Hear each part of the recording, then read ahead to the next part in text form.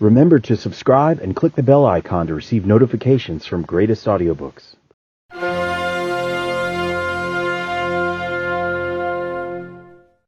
Recording by Peter Tomlinson.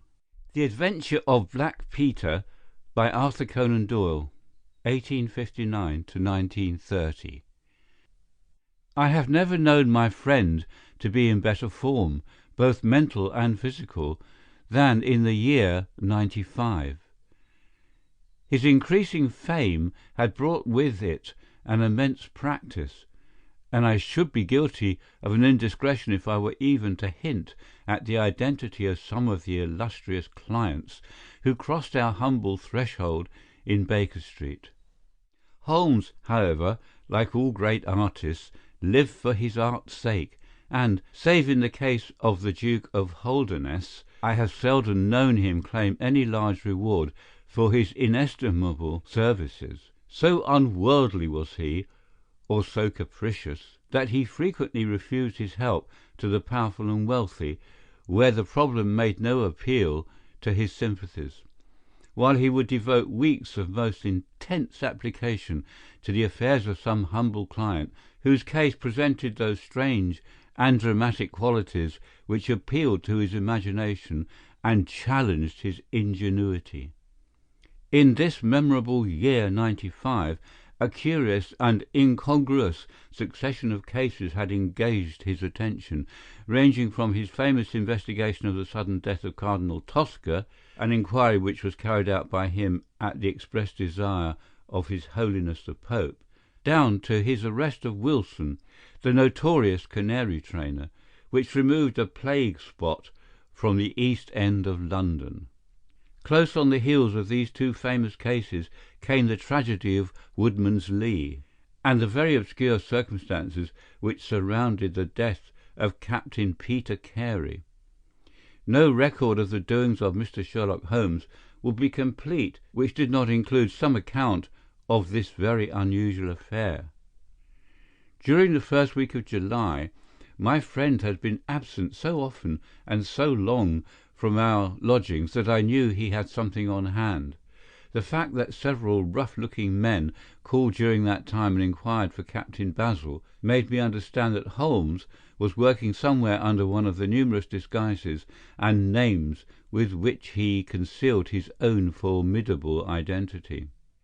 He had at least 5 small refuges in different parts of London in which he was able to change his personality. He said nothing of his business to me, and it was not my habit to force a confidence. The first positive sign which gave me of the direction which his investigation was taking was an extraordinary one. He had gone out before breakfast, and I had sat down to mine, when he strode into the room, his hat upon his head, and a huge barbed-headed spear tucked like an umbrella under his arm. "Good gracious, Holmes," I cried, "you don't mean to say that you have been walking about London with that thing?" "I drove to the butcher's and back." "The butcher's?" "And I returned with an excellent appetite. There can be no question, my dear Watson, of the value of exercise before breakfast. But I am prepared to bet that you will not guess the form that my exercise has taken." "I will not attempt it." He chuckled as he poured out the coffee.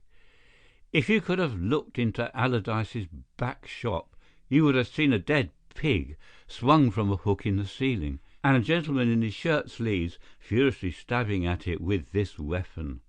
I was that energetic person, and I have satisfied myself that by no exertion of my strength can I transfix the pig with a single blow. Perhaps you would care to try?" "Not for worlds. But why were you doing this?" "Because it seemed to me to have an indirect bearing upon the mystery of Woodman's Lee."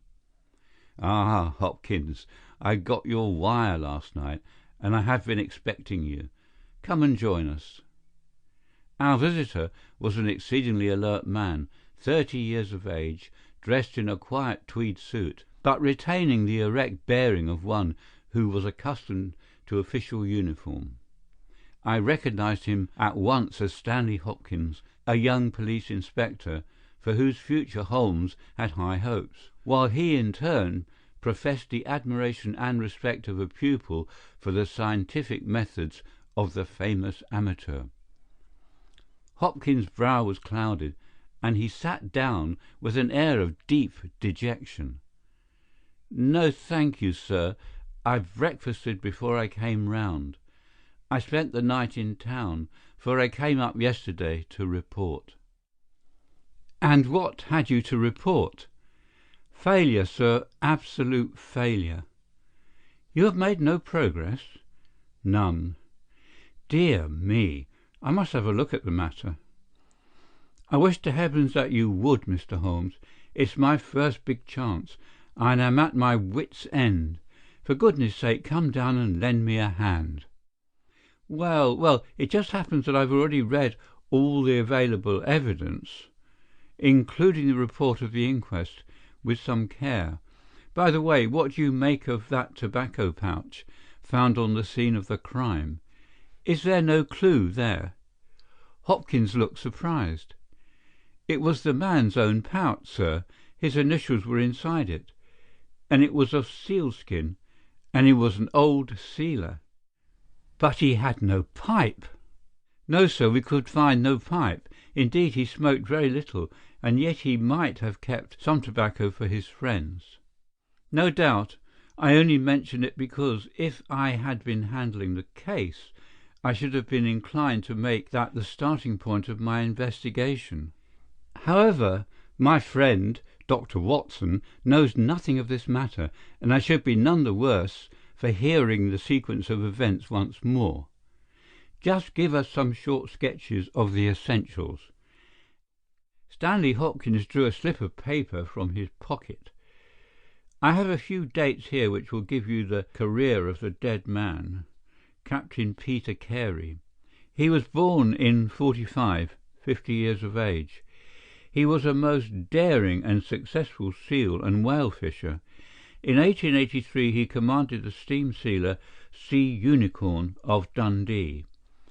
He had then had several successful voyages in succession, and in the following year, 1884, he retired. After that he travelled for some years, and finally he bought a small place called Woodman's Lee, near Forest Row in Sussex. There he has lived for 6 years, and there he died just a week ago today. There were some most singular points about the man. In ordinary life he was a strict Puritan, a silent, gloomy fellow. His household consisted of his wife, his daughter, aged 20, and 2 female servants.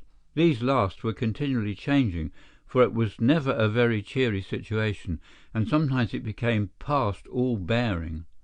The man was an intermittent drunkard, and when he had the fit on him, he was a perfect fiend.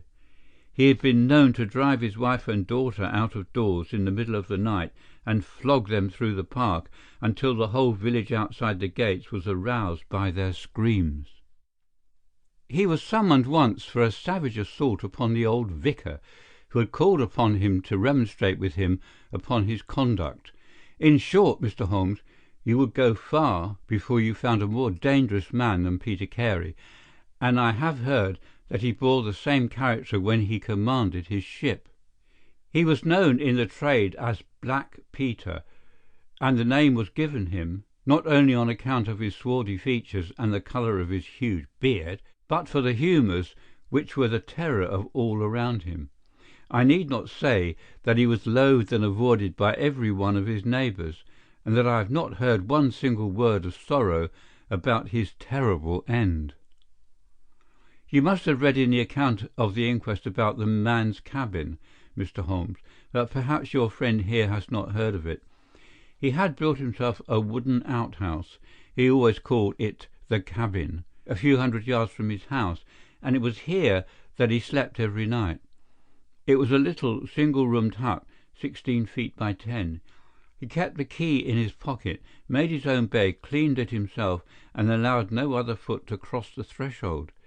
There are small windows on each side, which were covered by curtains and never opened. One of these windows was turned towards the high road, and when the light burned in it at night, the folk used to point it out to each other and wonder what Black Peter was doing in there. That's the window, Mr. Holmes, which gave us one of the few bits of positive evidence that came out at the inquest. You remember that a stonemason named Slater, walking from Forest Row about 1 o'clock in the morning, 2 days before the murder, stopped as he passed the grounds and looked at the square of light still shining among the trees. He swears that the shadow of a man's head turned sideways was clearly visible on the blind, and that this shadow was certainly not that of Peter Carey, whom he knew well. It was that of a bearded man, but the beard was short and bristled forward in a way very different from that of the captain. So he says, but he had been 2 hours in the public house, and it is some distance from the road to the window. Besides, this refers to the Monday, and the crime was done upon the Wednesday. On the Tuesday, Peter Carey was in one of his blackest moods, flushed with drink, and as savage as a dangerous wild beast. He roamed about the house, and the women ran for it when they heard him coming. Late in the evening he went down to his own hut. About 2 o'clock the following morning, his daughter, who slept with the window open, heard a most fearful yell from that direction, but it was no unusual thing for him to bawl and shout when he was in drink, so no notice was taken. On rising at 7, one of the maids noticed that the door of the hut was open, but so great was the terror which the man caused that it was midday before anyone would venture down to see what had become of him. Peeping into the open door, they saw a sight which sent them flying, with white faces, into the village. Within an hour I was on the spot and had taken over the case. Well, I have fairly steady nerves, as you know, Mr. Holmes, but I give you my word that I got a shake when I put my head into that little house. It was droning like a harmonium with the flies and bluebottles, and the floor and walls were like a slaughter-house. He had called it a cabin, and a cabin it was, sure enough, for you would have thought that you were in a ship. There was a bunk at one end, a sea chest, maps and charts, a picture of the sea unicorn, a line of logbooks on a shelf, all exactly as one would expect to find it in a captain's room. And there, in the middle of it, was the man himself, his face twisted like a lost soul in torment, and his great brindled beard stuck upward in his agony. Right through his broad breast a steel harpoon had been driven, and it had sunk deep into the wood of the wall behind him. He was pinned like a beetle on a card. Of course, he was quite dead, and had been so from the instant that he had uttered that last yell of agony. I know your methods, sir, and I applied them. Before I permitted anything to be moved, I examined most carefully the ground outside and also the floor of the room. There were no footmarks. Meaning that you saw none? I assure you, sir, that there were none. My good Hopkins, I have investigated many crimes, but I have never yet seen one which was committed by a flying creature. As long as the criminal remains upon 2 legs, so long must there be some indentation, some abrasion, some trifling displacement which can be detected by the scientific searcher. It is incredible that this blood-bespattered room contained no trace which could have aided us.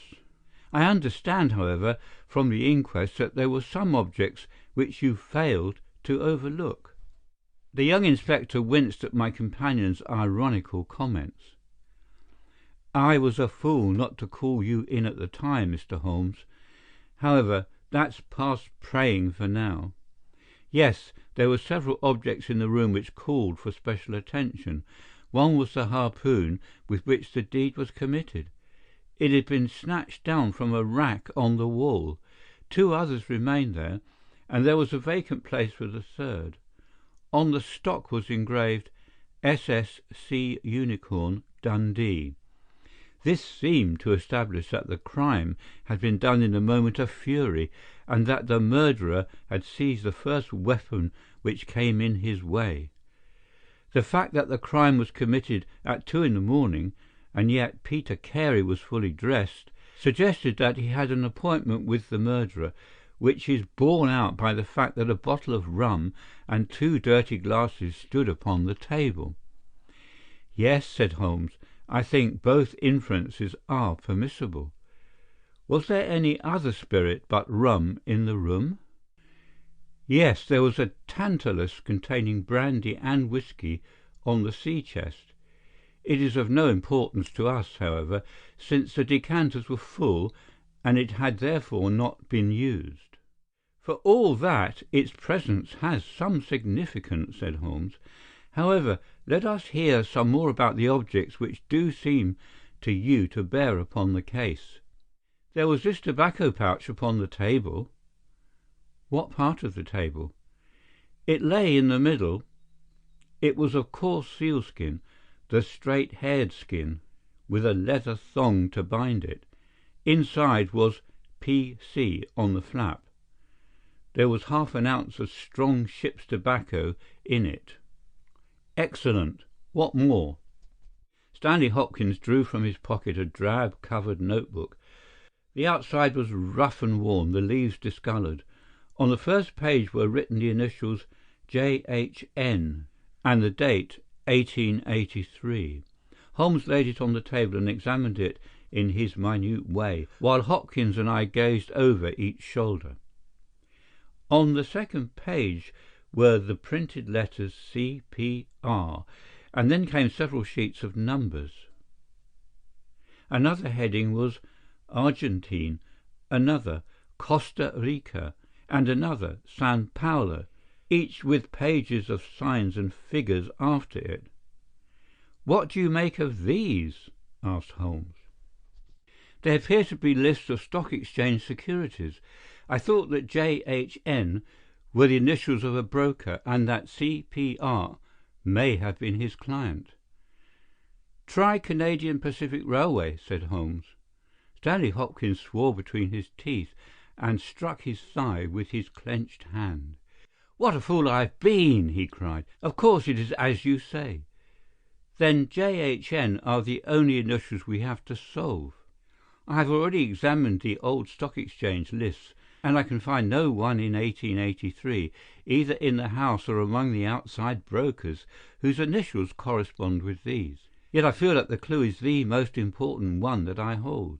You will admit, Mr. Holmes, that there is a possibility that these initials are those of the second person who was present. In other words, of the murderer.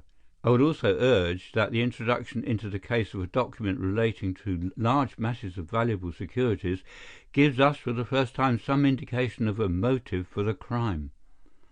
Sherlock Holmes's face showed that he was thoroughly taken aback by this new development. "I must admit both your points," said he. "I confess that this notebook, which did not appear at the inquest, modifies any views which I may have formed.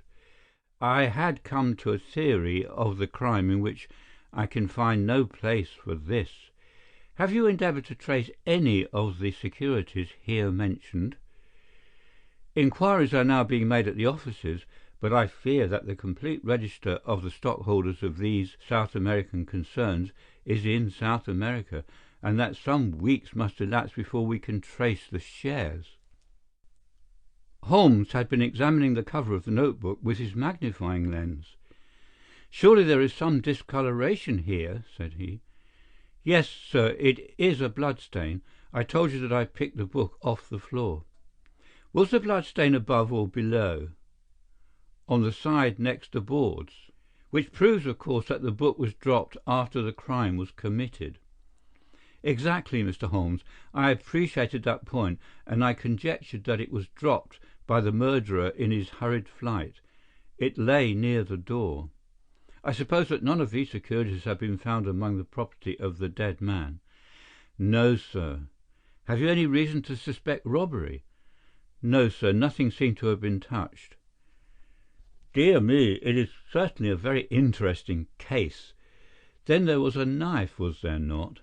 A sheath knife, still in its sheath. It lay at the feet of the dead man. Mrs. Carey has identified it as being her husband's property.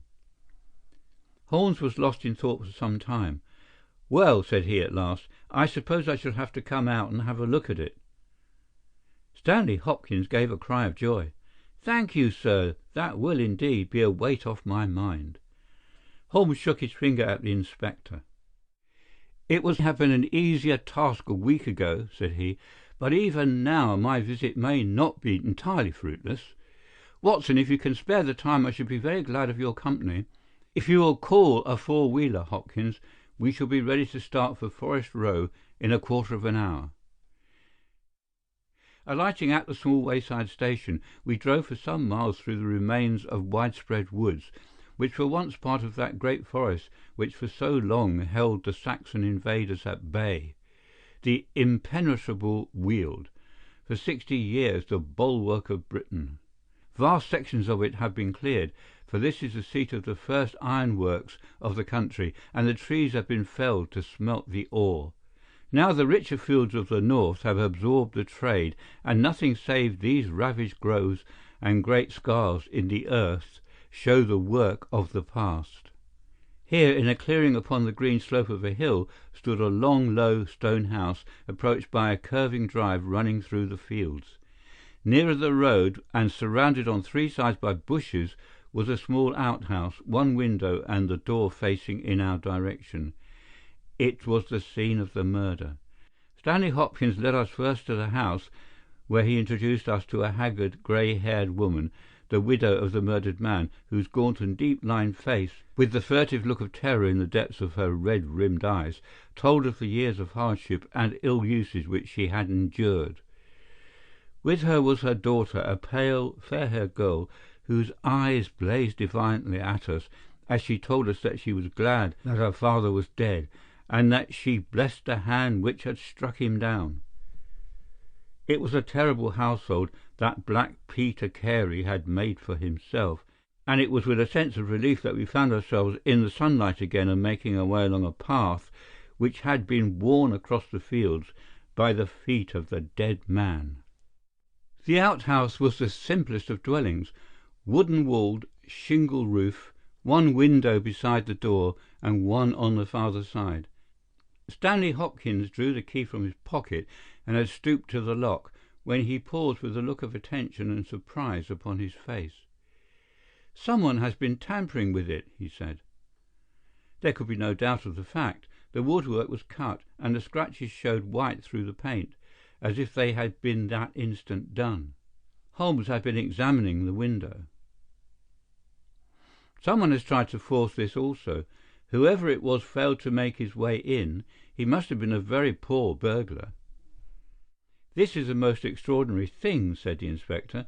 "I could swear that these marks were not here yesterday evening." "Some curious person from the village, perhaps," I suggested. "Very unlikely. Few of them would dare to set foot in the grounds, far less try to force their way into the cabin. What do you think of it, Mr. Holmes?" "I think that fortune is very kind to us." "You mean that the person will come again?" "It is very probable. He came expecting to find the door open. He tried to get in with the blade of a very small penknife. He could not manage it. What would he do? Come again next night with a more useful tool." "So I should say. It would be our fault if we were not there to receive him. Meanwhile, let me see the inside of the cabin." The traces of the tragedy had been removed, but the furniture within the little room still stood as it had been on the night of the crime. For 2 hours, with most intense concentration, Holmes examined every object in turn, but his face showed that his quest was not a successful one. Once only he paused in his patient investigation. "Have you taken anything off this shelf, Hopkins?" "No, I have moved nothing."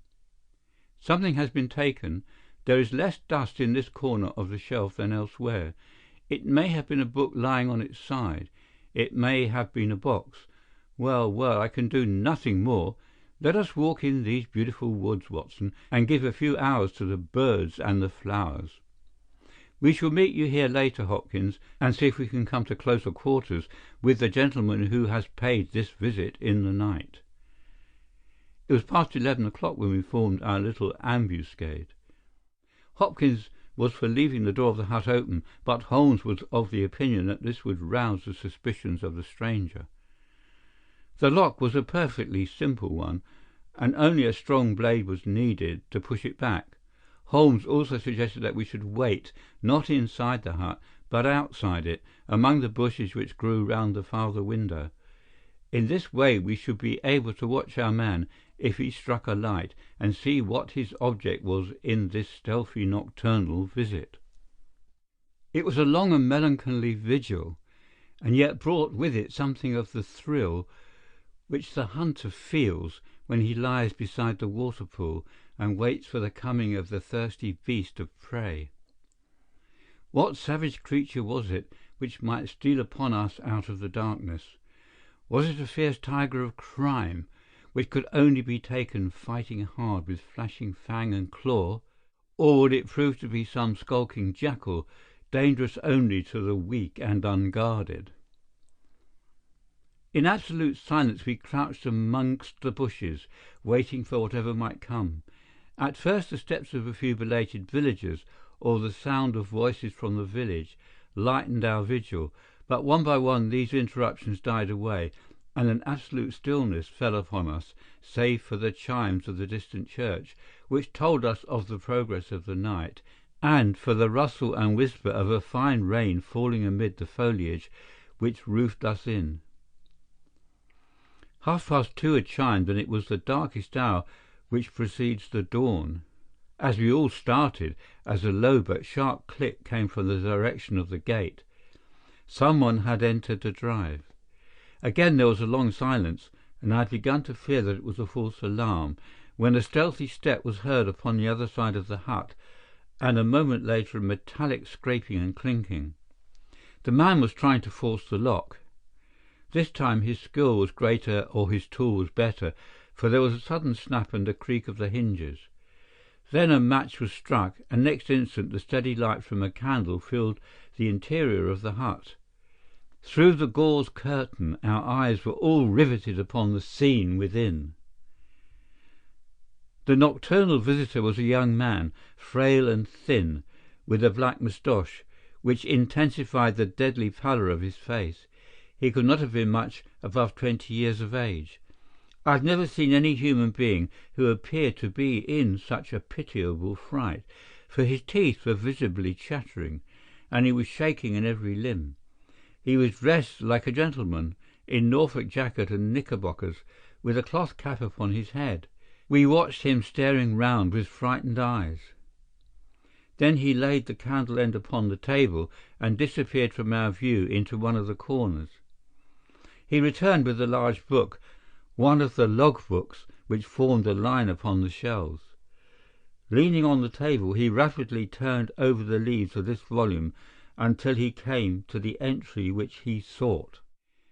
Then, with an angry gesture of his clenched hand, he closed the book, replaced it in the corner, and put out the light. He had hardly turned to leave the hut when Hopkins' hand was on the fellow's collar, and I heard his loud gasp of terror as he understood that he was taken. The candle was relit, and there was our wretched captive, shivering and cowering in the grasp of the detective. He sank down upon the sea-chest and looked helplessly from one of us to the other. "Now, my fine fellow," said Stanley Hopkins, "who are you and what do you want here?" The man pulled himself together and faced us with an effort at self-composure. "You are detectives, I suppose," said he. "You imagine I am connected with the death of Captain Peter Carey. I assure you that I am innocent." "We'll see about that," said Hopkins. "First of all, what is your name?" "It is John Hopeley Nelligan." I saw Holmes and Hopkins exchange a quick glance. "What are you doing here?" "Can I speak confidentially?" "No, certainly not." "Why should I tell you? If you have no answer, it may go badly with you at the trial." The young man winced. "Well, I will tell you," he said. "Why should I not? And yet I hate to think of this old scandal gaining a new lease of life. Did you ever hear of Dawson and Nelligan?" I could see from Hopkins' face that he never had, but Holmes was keenly interested. "You mean the West Country bankers," said he. "They failed for £1 million, ruined half the county families of Cornwall, and Nelligan disappeared." "Exactly. Nelligan was my father."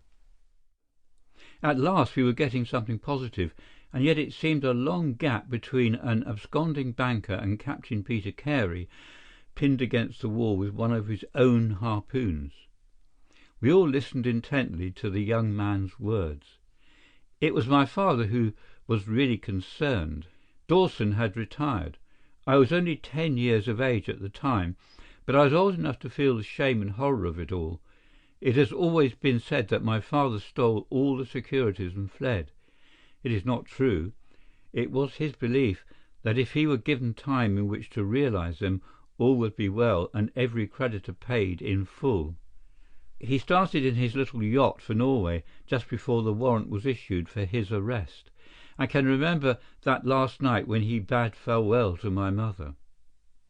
He left us a list of the securities he was taking, and he swore that he would come back with his honour cleared, and that none who had trusted him would suffer. Well, no word was ever heard from him again. Both the yacht and he vanished utterly. We believed, my mother and I, that he and it, with the securities that he had taken with him, were at the bottom of the sea.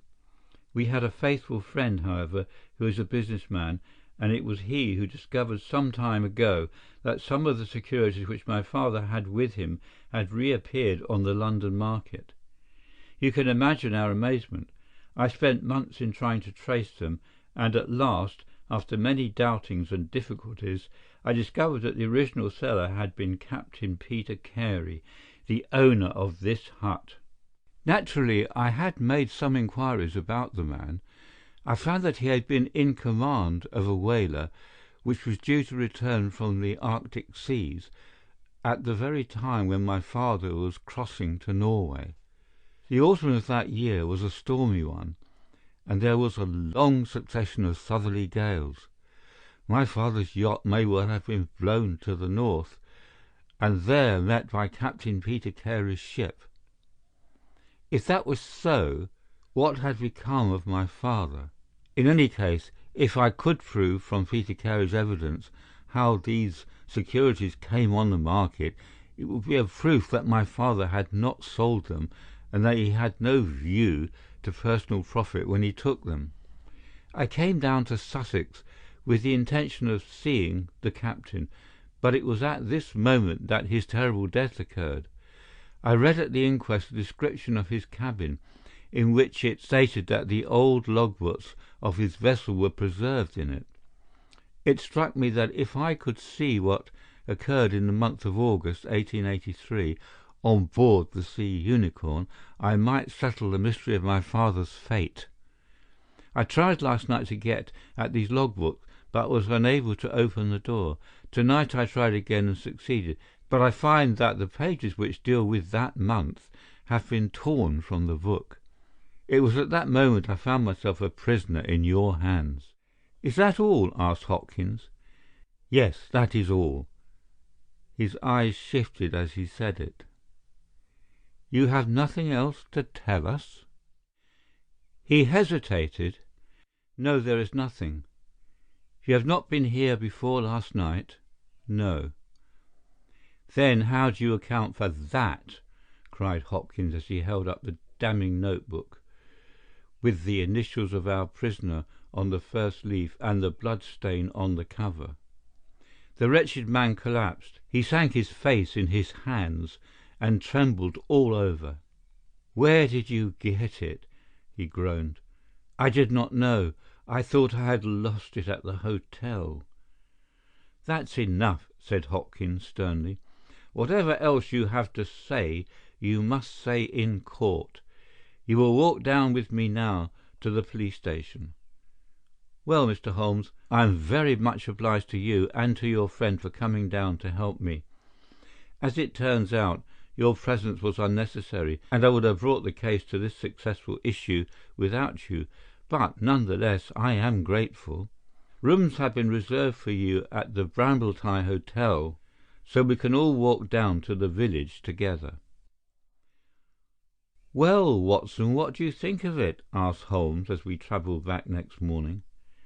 "I can see that you are not satisfied." "Oh, yes, my dear Watson, I am perfectly satisfied. At the same time, Stanley Hopkins' methods do not commend themselves to me. I am disappointed in Stanley Hopkins. I had hoped for better things from him. One should always look for a possible alternative and provide against it. It is the first rule of criminal investigation." "What, then, is the alternative?" "The line of investigation which I have myself been pursuing. It may give us nothing. I cannot tell, but at least I shall follow it to the end." Several letters were waiting for Holmes at Baker Street. He snatched one of them up, opened it, and burst out into a triumphant chuckle of laughter. "Excellent, Watson! The alternative develops. Have you telegraph forms? Just write a couple of messages for me. Sumner, shipping agent, Ratcliffe Highway. Send 3 men on to arrive 10 tomorrow morning. Basil. That's my name in those parts. The other is Inspector Stanley Hopkins, 46 Lord Street, Brixton. Come breakfast tomorrow at 9:30. Important. Wire if unable to come. Sherlock Holmes." There, Watson, this infernal case has haunted me for 10 days. I hereby banish it completely from my presence. Tomorrow I trust we shall hear the last of it for ever. Sharp at the hour named, Inspector Stanley Hopkins appeared, and we sat down together to the excellent breakfast which Mrs. Hudson had prepared. The young detective was in high spirits at his success. "You really think that your solution must be correct?" asked Holmes. "I could not imagine a more complete case." "It did not seem to me conclusive." "You astonish me, Mr. Holmes. What more could one ask for?" "Does your explanation cover every point?" "Undoubtedly. I find that young Neligan arrived at the Brambletie Hotel on the very day of the crime. He came on the pretence of playing golf. His room was on the ground floor, and he could get out when he liked. That very night he went down to Woodman's Lee, saw Peter Carey at the hut, quarrelled with him and killed him with the harpoon.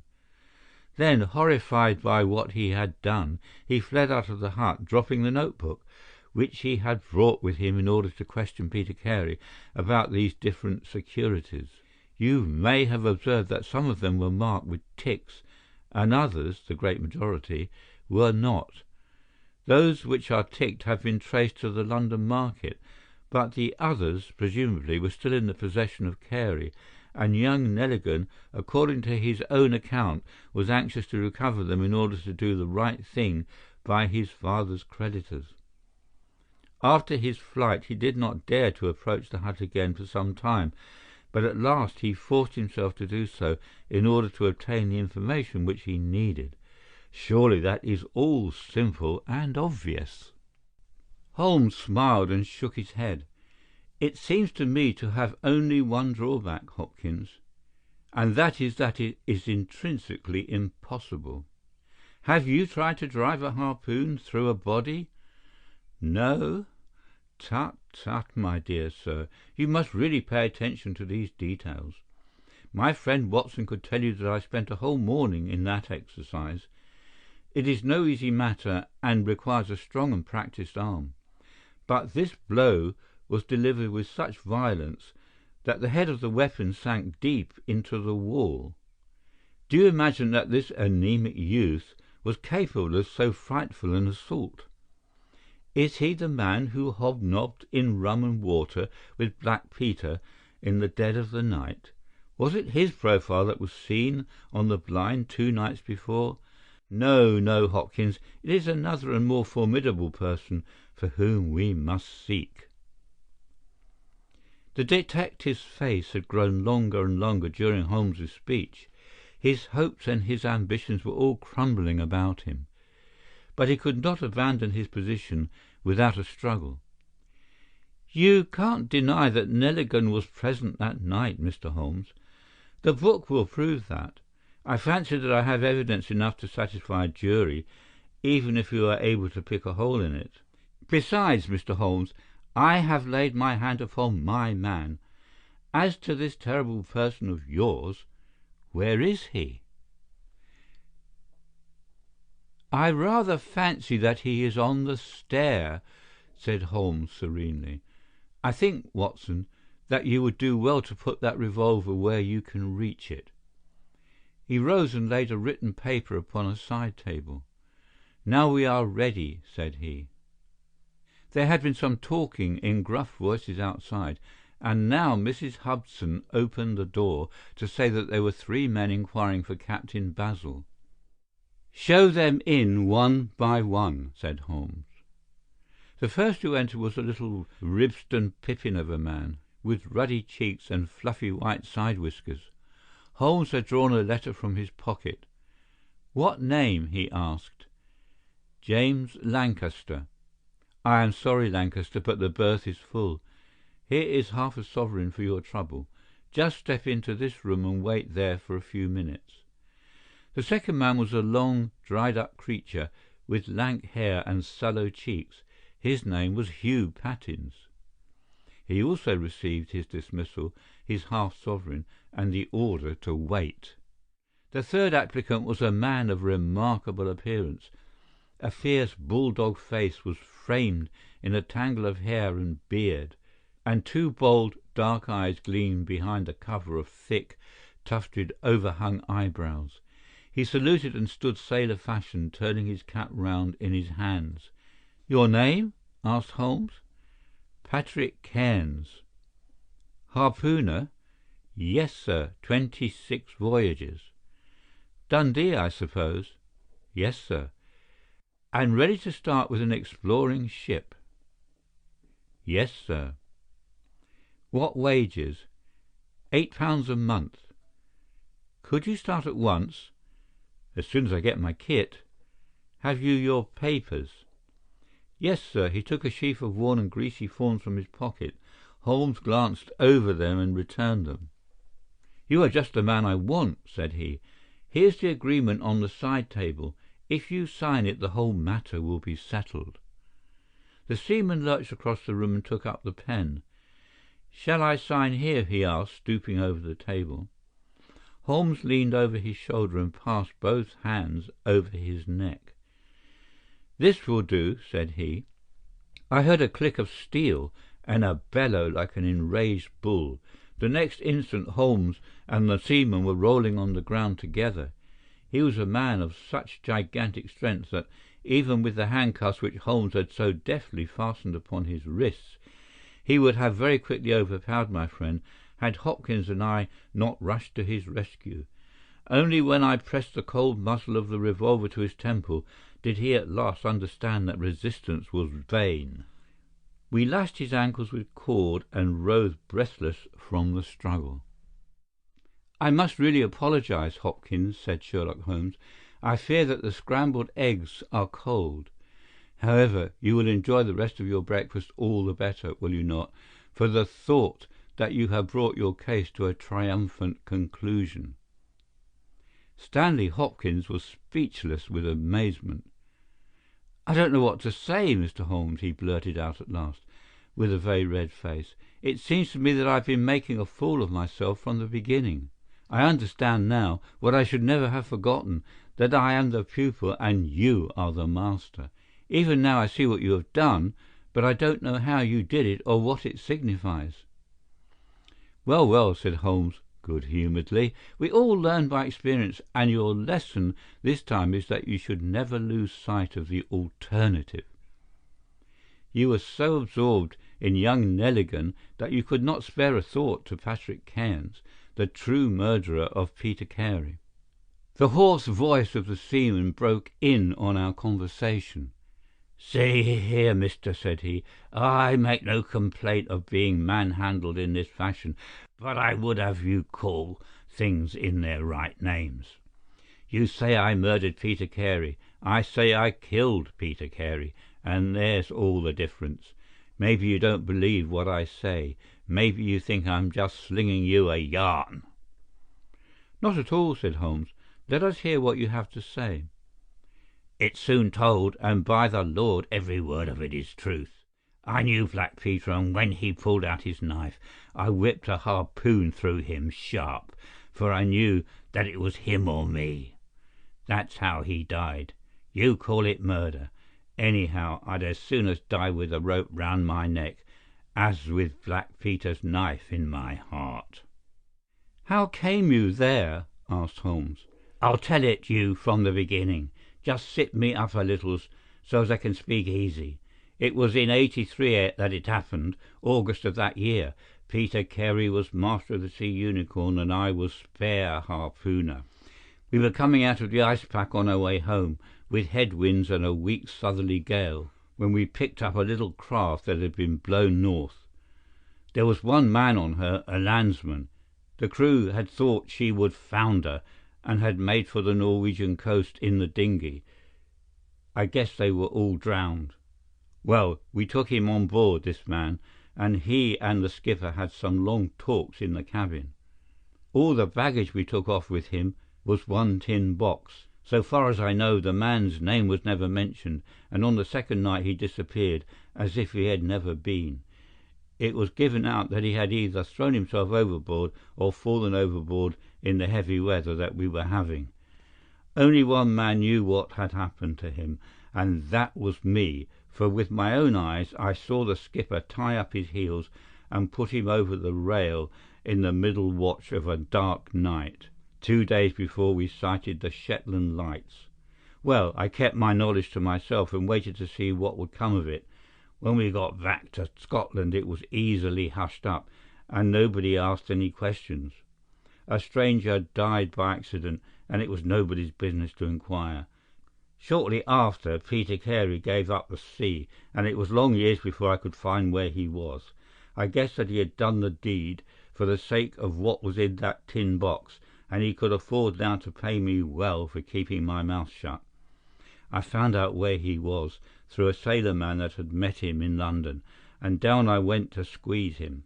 The first night he was reasonable enough, and was ready to give me what would make me free of the sea for life. We were to fix it all 2 nights later. When I came I found him 3 parts drunk and in a vile temper. We sat down and we drank and we yarned about old times, but the more he drank the less I liked the look on his face. I spotted that harpoon upon the wall, and I thought I might need it before I was through. Then at last he broke out at me, spitting and cursing, with murder in his eyes and a great clasp knife in his hand. He had not time to get it from the sheath before I had the harpoon through him. Heavens, what a yell he gave! And his face gets between me and my sleep. I stood there with his blood splashing round me, and I waited for a bit, but all was quiet, so I took heart once more. I looked round, and there was the tin box on the shelf. I had as much right to it as Peter Carey, anyhow, so I took it with me and left the hut.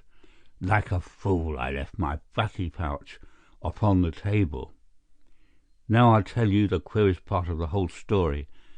I hardly got outside the hut when I heard someone coming, and I hid among the bushes. A man came slinking along and went into the hut, gave a cry as if he had seen a ghost, and legged it as hard as he could run until he was out of sight. Who he was or what he wanted is more than I can tell. For my part I walked 10 miles, got a train to Tunbridge Wells, and so reached London, and no one the wiser. Well, when I came to examine the box I found that there was no money in it, and nothing but papers that I would not dare to sell. I had lost my hold on Black Peter, and was stranded in London without a shilling. There was only my trade left. I saw these advertisements about harpooners and high wages, so I went to the shipping agents, and they sent me here. That's all I know, and I say again that if I kill Black Peter, the Lord should give me thanks, for I saved them the price of a hempen rope." "A very clear statement," said Holmes, rising and lighting his pipe. "I think, Hopkins, that you should lose no time in conveying your prisoner to a place of safety. This room is not well adapted for a cell, and Mr. Patrick Cairns occupies too large a proportion of our carpet." "Mr. Holmes," said Hopkins, "I do not know how to express my gratitude. Even now, I do not understand how you attained this result." "Simply by having the good fortune to get the right clue from the beginning.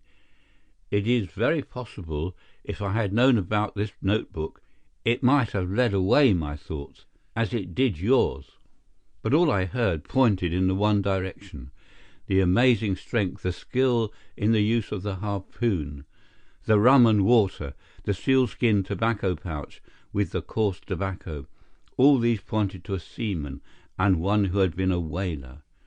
I was convinced that the initials P.C. upon the pouch were a coincidence, and not those of Peter Carey, since he seldom smoked, and no pipe was found in his cabin. You remember that I asked whether whisky and brandy were in the cabin. You said they were. How many landsmen are there who would drink rum when they could get these other spirits? Yes, I was certain it was a seaman." "And how did you find him?" "My dear sir, the problem had become a very simple one. If it were a seaman, it could only be a seaman who had been with him on the Sea Unicorn. So far as I could learn, he had sailed in no other ship. I spent 3 days in wiring to Dundee, and at the end of that time I had ascertained the names of the crew of the Sea Unicorn in 1883. When I found Patrick Cairns among the harpooners, my research was nearing its end. I argued that the man was probably in London, and that he would desire to leave the country for a time. I therefore spent some days in the East End, devised an Arctic expedition, put forth tempting terms for harpooners who would serve under Captain Basil, and behold the result." "Wonderful!" cried Hopkins. "Wonderful!" "You must obtain the release of young Neligan as soon as possible," said Holmes. "I confess that I think you owe him some apology. The tin box must be returned to him, but of course the securities which Peter Carey has sold are lost for ever. There's the cab, Hopkins, and you can remove your man. If you want me for the trial, my address and that of Watson will be somewhere in Norway. I'll send particulars later." End of The Adventure of Black Peter by Arthur Conan Doyle. Recording by Peter Tomlinson.